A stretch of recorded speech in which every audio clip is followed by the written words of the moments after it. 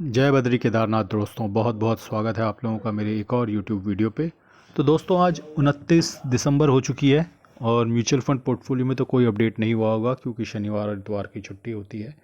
लेकिन फिर भी मैं आप लोगों को अपना म्यूचुअल फंड पोर्टफोलियो तेज़ी से दिखाते हैं, फिर बात करते हैं कि आज क्या क्या दिन भर में एक्शन हुआ।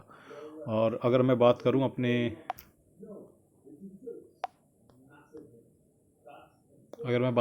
म्यूचुअल फंड पोर्टफोलियो की, तो आप देख सकते हैं कि जो करंट वैल्यू है मेरे पोर्टफोलियो की वो है 9,29,000 और 8,80,000 इन्वेस्टेड है। लगभग 48,000 का मुनाफा है, इसमें कोई परिवर्तन नहीं हुआ है। कल जो वीडियो आया था उतना जितना था उतना ही आज भी दिख रहा है। चेंजेस आज रात को होंगे, लगभग 5.5% का रिटर्न है, उसमें भी कुछ गिरावट होने वाली है। और 45,000 की SIP लगी हुई है, जिसमें से 39,000 की SIP कंप्लीट हो गई है। और कमाल की बात यह है कि 6,000 की SIP अब अगले 2 दिन में कटने वाली है, 30 और 31 दिसंबर को। और कौन कौन सी SIP आज कटी हैं एक बार उस पर भी नज़र मान लेते हैं। तो आज मेरी Jio BlackRock flexi cap, Motilal Oswal mid cap, बस यही 2 SIP कटी हैं। और आइए अब चलते हैं अपने ग्रो ऐप के म्यूचुअल फंड पोर्टफोलियो पे। तो ग्रो ऐप के म्यूचुअल फंड पोर्टफोलियो का भी एक बार मैं फटाफट आपको दिखा देता हूँ। तो 27,47,000 इन्वेस्टेड वैल्यू और 27,92,000 करंट वैल्यू पोर्टफोलियो की 44,000 का मुनाफा चल रहा है। बाकी पोर्टफोलियो में कोई परिवर्तन नहीं है, कोई चेंज नहीं है। और चलते हैं अब अपने फिनवेशिया प्लेटफॉर्म पे, जो हमारा शेयर्स और ETF का प्लेटफॉर्म है। तो यहाँ पर आज मैंने कुछ चीज़ों की बाइंग करी। CPSE ETF 15 क्वांटिटी बाई करी है मैंने। लिक्विड भी सेल किए हैं क्योंकि पैसों की ज़रूरत पड़ने वाली है, तो आज 10,000 के लिक्विड भी सेल कर दिए, कल मेरे अकाउंट में आ जाएंगे, तो कल इनसे फर्दर हम एवरेजिंग कर सकते हैं। Small cap ETF 10 quantity by किया और रियल्टी ETF में 5 क्वांटिटी बाई की है।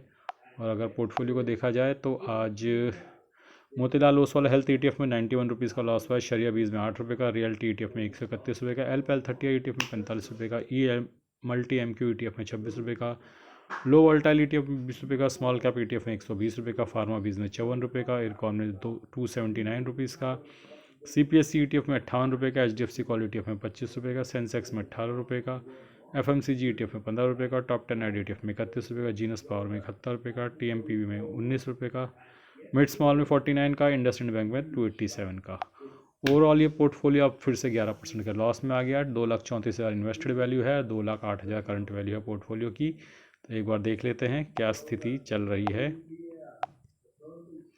तो जीनस पावर 1,600 के नुकसान में, टाटा मोटर्स अभी भी 14,000 के नुकसान में, इरकॉन 3,000 के, IndusInd bank 7,000, Motilal Oswal health ETF 1.5% के नुकसान में, टॉप 10 ऐड ETF 0.5% के नुकसान में, रियल्टी ETF 4.5% के नुकसान में, सेंसेक्स ETF 4.5% के नुकसान में, मल्टी MQU ETF 4.5% के नुकसान में, FMCG ETF 4.5% के नुकसान में, mid small ETF no profit no loss, शरिया बीज 4.5% के मुनाफे में, LPL30 ETF 0.5% के मुनाफे में, स्मॉल कैप 0.5% के मुनाफे में, CPSE ETF 1% के मुनाफे में, HDFC कॉल ETF 1.25% के मुनाफे में, लो वोल्टाइल ETF 1.5% के मुनाफे में, फार्मा बीज 2.25% के मुनाफे में नज़र आ रहा है।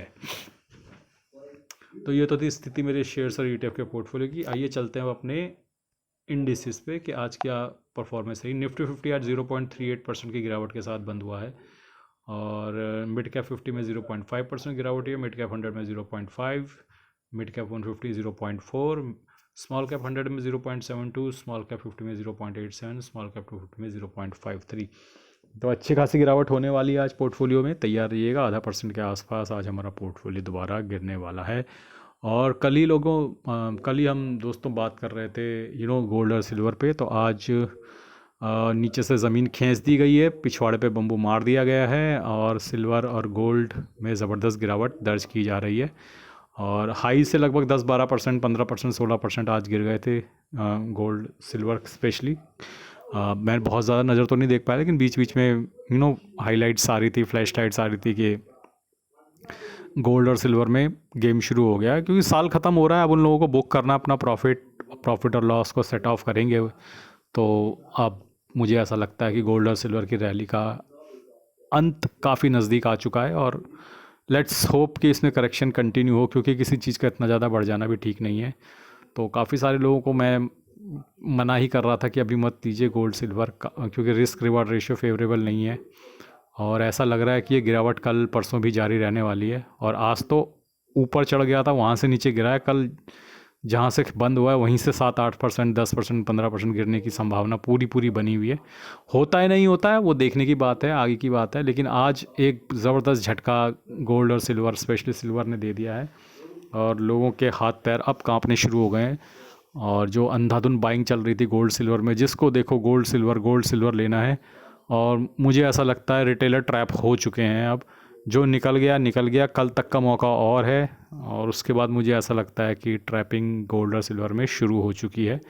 बहुत रिटेलर्स इसमें बाइंग कर चुके हैं, और लेट्स सी कि मैं गलत साबित हो जाऊं तो हो जाऊं, कोई दिक्कत नहीं, कभी कभी आपको गलत भी साबित होना चाहिए, लेकिन मुझे ऐसा लगता है कि गोल्ड और सिल्वर में करेक्शन का समय आ चुका है।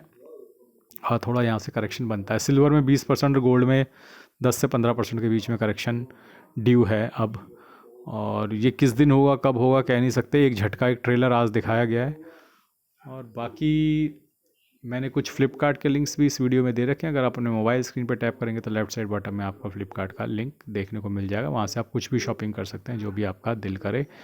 और जैसा कि कल मैंने प्रेडिक्ट किया था, देखो मैं कल सही हुआ हूँ, ठीक है, तो मैं अधिकतर सही रहता हूँ, लेकिन जब मैं अधिकतर सही रहता हूँ तो लोग मेरी तारीफ़ नहीं करते, कमेंट सेक्शन में आके कुछ भी नहीं लिखते हैं।